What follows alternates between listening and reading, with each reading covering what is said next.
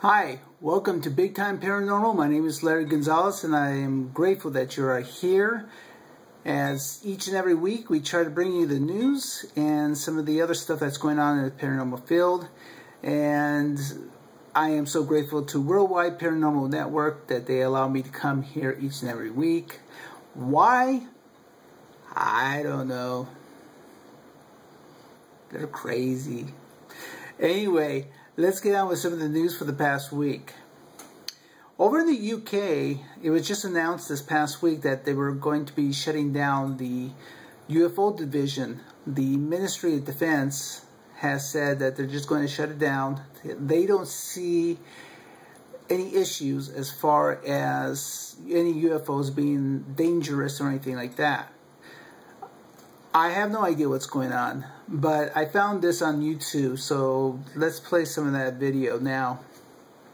The Ministry of Defense closed its UFO desk and hotline reported sightings in a year when the department had trebled. The mystery behind the closure of the Ministry of Defense's UFO desk and hotline has been solved in 2009 with the release of declassified files. The government UFO shut down its operations because they served no defense purpose and were taking staff away from more valuable defense-related activities. According to 25 files from the National Archives, documents reveal 643 reported sightings were in 2009, treble the previous year and the second since 1978 when 750 highest recorded sightings were logged. They include the accounts of alleged abductions, contact with aliens, including the claim they'd been living with a person who is an alien, and UFO sightings near landmarks like the Houses of Parliament UK. Despite these, in a briefing for then Defence Minister Bob Ainsworth in November 2009, Carl Mantell, of the RAF's Air Command, said in more than 50 years, no UFO sighting reported has ever revealed anything to suggest an extraterrestrial presence or military threat to the UK. The memo said there was no defense benefit in the recording, collating, analysis or investigation of the sightings, adding, the level of resources to this task is diverted, increasing reported in response to a recent upsurge, diverting staff from more valuable defense-related activities. Okay, so the Ministry of Defense, for whatever reason, they want to shut it down. But then again, I went ahead and contacted a William Puckett over at UFOs Northwest. They're in Helena, Montana. And I spoke to a William Puckett. Now, William Puckett had told me that the Ministry of Defense was really putting no money into it. They were putting about $70,000 into their budget. So they weren't really spending that much money. They weren't taking it that seriously, obviously. Now, here in the States and also in the UK, over in Russia, they know otherwise because they have had military installations where the missiles, the nuclear missiles, have been shut down. So that tells me that there's a lot more danger going on out there with them. Now, why they shut it down, I don't know. I am very skeptical about it because the fact that whenever they shut down something, it makes me suspicious that they might have moved it underground, take it off the public's view. So if we hear anything more, we'll let you know.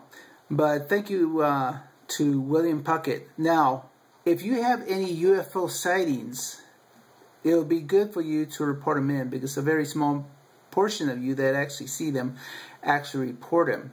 But we need to have that database in place so when those go to, say, Washington or wherever, that they have numbers to be able to argue these many people are seeing UFOs. So contact someone like William Puckett at UFOs Northwest at P.O. Box 4926, Helena, Montana 59604. His phone number is 406-422-0533. 930. Or you can go ahead and email them at wpuckett, Puckett, at UFOSNW.com, or you can fax them at 866-903-1960. We need to make sure you get those reports into people like that. So, like I said, they're on record, and they can cross-reference them in case they have other sightings as well, and also dates and so on. So thank you to William for getting that information to me. So our next story is very interesting. So I could start off with a joke like, how many paranormal Egyptians does it take to turn a statue? I don't know, but we have one on video. Play the video.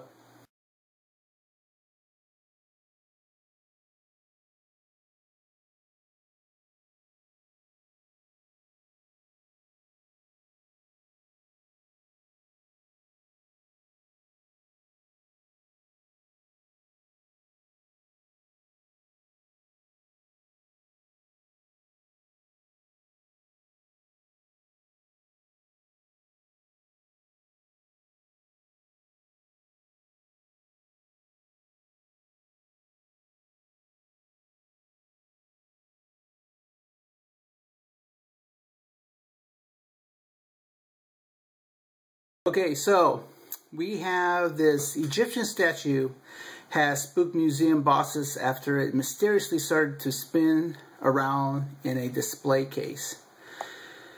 As you saw in the video, it actually did spin. The 10-inch tall relic, which dates back to 1800 BC, was found in a mummy's tomb and has been at the Manchester Museum for 80 years. But in recent weeks, curators have been left scratching their heads after they kept finding it facing the wrong way. Experts decided to monitor the room on a time-lapse video, and they were astonished to find what they saw. Now, what they've also done was they contacted some people to try to find out or figure out why this thing is spinning. So, who knows? How many Egyptians does it take to spin a statue in a store? I don't know. So, of course, the statue, it reminds me of my cousin Linda. And way back in the day, we had the old Super 8 cameras. We actually caught my cousin playing around, and I was able to find the old Super 8 and converted it over, and we're going to watch it right now. And this is my cousin Linda. Yeah, crazy Linda. Yeah, she was always doing something different to stand out. So our next story is about a chupacabra. Now, this one was at nighttime. This was down in Texas and San Antonio. The video that was included in the story, unfortunately, is not on YouTube, and there's no way for me to access it. So, to substitute it, we found another story that kind of goes with it. This was published a while back, so take a look at this one. Texas Parks and Wildlife are working to identify what one Texas boy believes to be a chupacabra. The teen shot the alleged beast over the weekend, and right now hair and skin samples are being processed. So we can only wait and see what exactly this creature is. Hasty Toggy brings us the story. Across this open field, Carter spotted a strange animal. You just walked across and started shaking, slowly moving across. No hair at all on it. Its back legs were shriveled up, and I honestly thought, well, it's chupacabra. Carter says he ran to his parents' room, waking up his dad to come see what he had discovered. I thought, maybe I'm dreaming or this kid is just crazy, you know. But I'm probably a little bit of both. But Will Pope says when he came outside with his son, he was amazed at the strange creature. This is that animal. Carter says it was about 200 feet away. He says he fired 3 shots before the alleged chupacabra stopped moving. Now the animal lays here, visible from their home. Stories about alleged chupacabra sightings have been around for years, and pictures have surfaced on the internet. Some believe a chupacabra is an animal that sucks the blood of livestock, a strange-looking thing with barely any hair. For many, it's a thing of legends. Some wildlife biologists believe it is a sick coyote or other wild animal. I could believe it either way, you know. I know it looks like nothing I have ever personally seen before. Now again, Carter and his family have sent off hair and skin samples to determine what exactly this creature is. If you happen upon what you think is a chupacabra, don't run. Instead, grab your phone, snap a photo, and report your chupacabra sighting. Download the new Chupa Tracker, brought to you by the friendly KINS 5 digital team. Okay, so as you can see, the video I chose is because the video that was an original story that I saw on Facebook, the animal actually looked very similar. It was hairless, it had a long tail, the snout was longer than, say, a coyote or whatever. The video that was originally seen on Facebook, it was actually at nighttime, and you could see this thing running back and forth. So they went ahead and shot it, but like I said, I couldn't bring it to you. So this is the best I could do for you for now, is that kind of video. Now, it seems like a lot of these pictures of the supposed chupacabra seem to have the same look. But of course, we've had people chiming in on Facebook. See, people are saying it's possibly a coyote with mange. But then someone wrote that it doesn't look like a coyote. It has a long tail. So they had got a lot of different photographs of these animals that look very similar, mange. Now, the story that you just saw, they said that they took samples and so on, and I believe that I have not heard anything about the results of those tests, so I don't know what it is that they found, but they seem to be a lot of them going around in the Southwest, like Texas and so on. So hopefully one day we'll actually get an answer to if these are the legendary chupacabra coming out of Latin America. Because of time restrictions, I haven't been able to get conventions over to you guys the way I normally would like to. So I'm actually going to replay this one from last week. It's from the Mid-South Paranormal Convention here in 2013. So here's the video for it. Mid-South Paranormal Convention 2013 in Louisville, Kentucky on August 2nd, 3rd, and 4th at the Ramada Inn, 9700 Bluegrass Parkway, hosted by the Louisville Ghost Hunter Society. Keith Age, host of Haunted Collector John Zaffis, Joe Chin from Taps, filmmaker and documentarian Christopher St. Booth, Sci-Fi's Deep South Paranormal, and many, many more. Tickets are on sale now at LouisvilleGHS.com. All ticket sales are final, no refunds. Speaker and vendor lineup subject to change. Come hang with the best in the paranormal. Okay, so then that's it for the conventions. Now what we're going to be talking about is we have a video for you to check out. Alright, now I'm not going to tell you anything about it. We'll just talk about it after. Okay, let's see the video.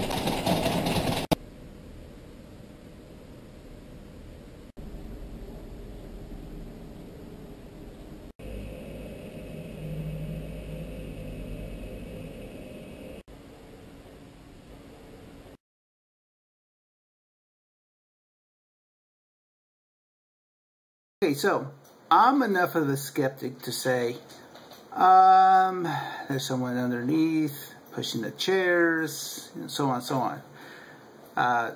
Who knows how much of that's real, or if anything of it is real. But if I was to be brought in to investigate, at least there's enough there for me to go, let's take a look. So whether it's real, who knows? But maybe some of you have seen that video.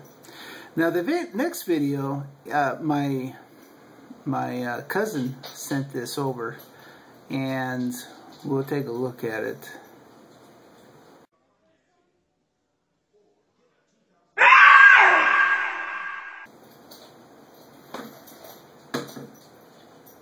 It's over? Oh, goodness. My crazy cousin Linda, what can I say? No, I spilt water there. No, it's not that. I spilt water. Really? Anyway.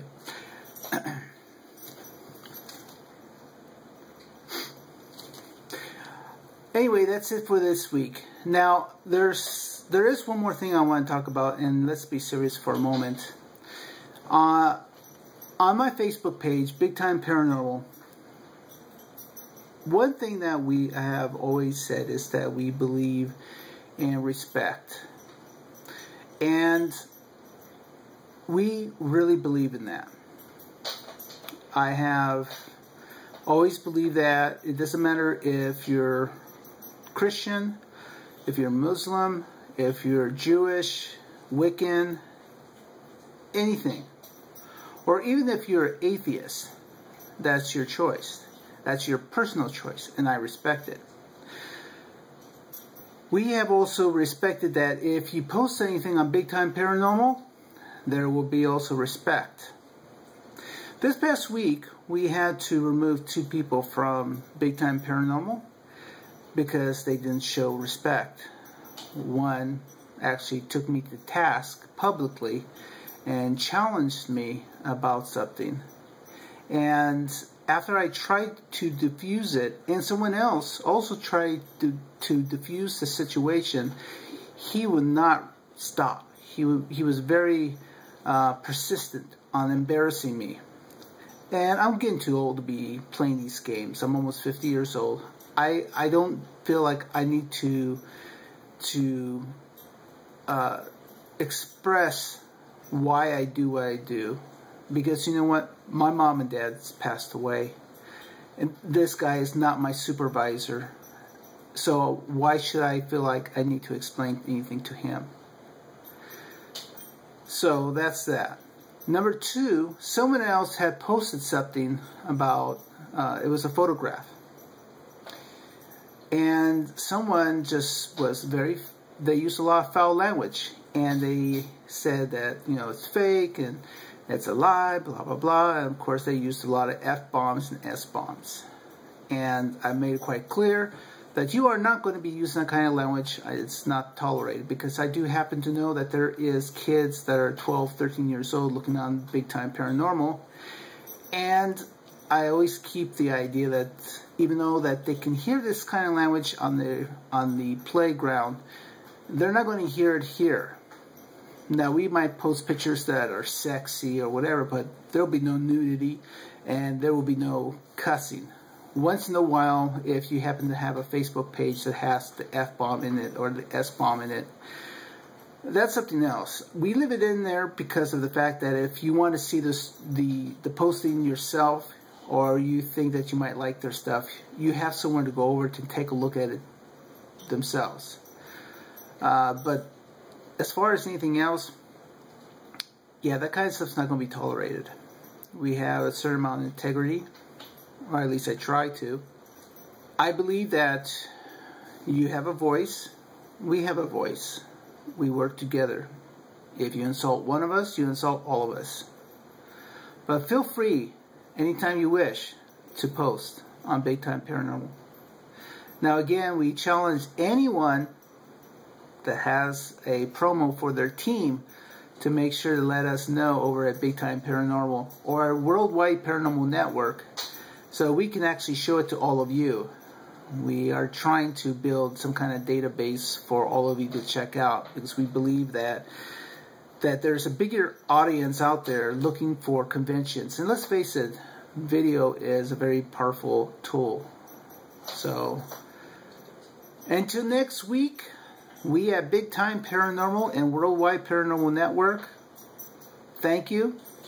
And remember, today is your day. Go out and make it happen. We'll talk to you later. Bye-bye.